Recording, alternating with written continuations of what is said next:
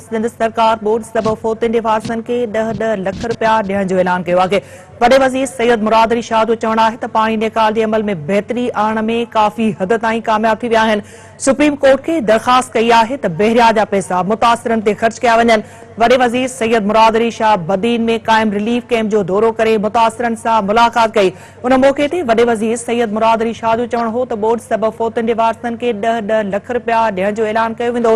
Media सां ॻाल्हाईंदे वॾे वज़ीर सैयद मुराद अली शाह जो चवणु आहे त मुतासिरनि जी हर तरह सां मदद कई वेंदी। हुन चयो त पाणी निकाल जे अमल में बहितरी आणण में काफ़ी हद ताईं कामयाब थी विया आहिनि।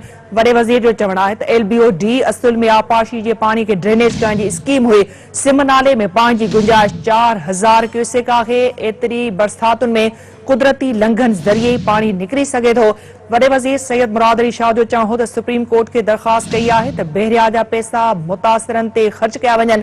मिलियल रक़म अवाम जी बहितरी लाइ ख़र्च कंदा। सिंध सरकार बोर्ड सबब फोतियुनि जे वारसनि खे 10-10 लख ॾियण जो ऐलान कयो आहे। वॾे वज़ीर सैयद मुराद अली शाह जो चवणु आहे त पाणी निकाल जे अमल में बहितरी आणण में काफ़ी हद ताईं कामयाब विया आहिनि।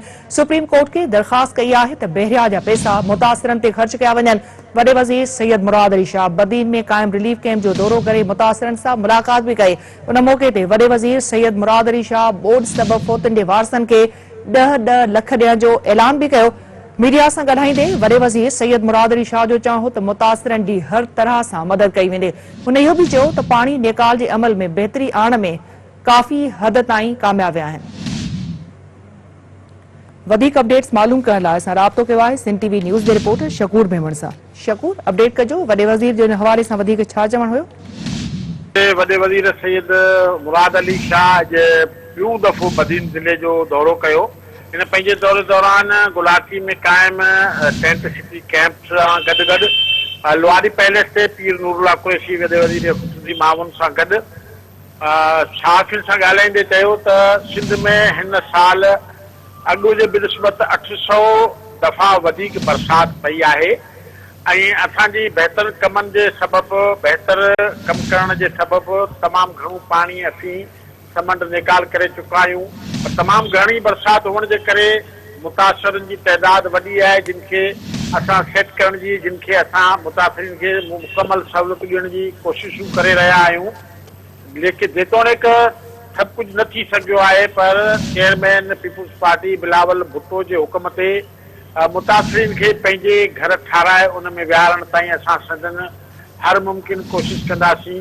सिंध जे वॾे वज़ीर चयो त सिंध में सुप्रीम कोर्ट तरफ़ां कुदरती निकाली वारा लंघ बहाल करण वारे सिलसिले में असां वटि सिंध हुकूमत खे 125 अरब रुपयनि जी ज़रूरत आहे, जेके सिंध हुकूमत वटि न आहिनि। असां सुप्रीम कोर्ट खे अर्ज़ु कयो आहे, दरख़्वास्त दाख़िल कई आहे त बहरिया टाउन जा मिलंदड़ पैसा सिंध हुकूमत जे हवाले कया वञनि या संदनि ई निगहदाश्त में इहे पैसा इन्हनि कुदरती लंघन बहाल करण लाइ ख़र्च कया वञनि त जीअं असीं इहो कमु मुकमल करे सघूं। हिन चयो त संदनि तरफ़ां कुदरती लंघ बहाल करण जे सिलसिले में एतिरो फ़र्क़ु पियो आहे त LBO-D 2011 जी बोर्ड में 10 खां मथे घारा विधा हुआ, पर हिन साल एॾा वॾा घारा न पिया आहिनि ऐं तमामु घटि जेको आहे सो मुतासिर थिया आहिनि माण्हू उनजे बिनिस्बत। हिन इहा बि ॻाल्हि कई त सिंध में कोशिशि करे जेका आहे वॾे पैमाने ते असां माण्हुनि खे मुतासिरीन खे राशन ॾियण समेत खेनि टेंट बि मुहैया कंदासीं, जंहिं लाइ असां टेंट ठाहींदड़ कंपनियुनि सां ॻाल्हाए उन्हनि सां तइ करे छॾियो आहे। पर छाकाणि त प्रोडक्शन तमामु घटि हुअण जे सबबु असां मुकमल मुहैया न करे सघिया आहियूं, जंहिं लाइ कोशिशूं जारी आहिनि। सिंध जे वॾे वज़ीर सिंध टीवी न्यूज़ खां तरफ़ां इहो सुवाल करण ते त मुराद अली शाह जे मुतबादल ॻोल्हण वारी ख़बरनि बाबति संदन छा चवणु आहे। इन मौक़े ते संदन चवणो त अहिड़ी अफ़वाहनि ते हींअर ध्यानु ॾियण जी ज़रूरत न आहे, पर जेकॾहिं को फ़ैसिलो हूंदो त उनखे ॾिसबो।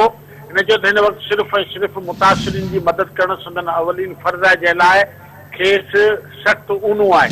हिन चयो त असांजूं तमामु तर कोशिशूं आहिनि ऐं बदीन ज़िले जे डिप्टी कमिश्नर खे बि असां इहे हुकुम जारी कया आहिनि त फौरी तौर रहियल मुतासिरीन खे बुनियादी सहूलियतूं मुहैया कनि त जीअं हर सिंध जे हर ज़िले में मुतासिरीन जी वधि में वधि मदद थी सघे। जी ठीकु आहे शकूर, अपडेट करण लाइ वॾी महिरबानी अव्हांजी।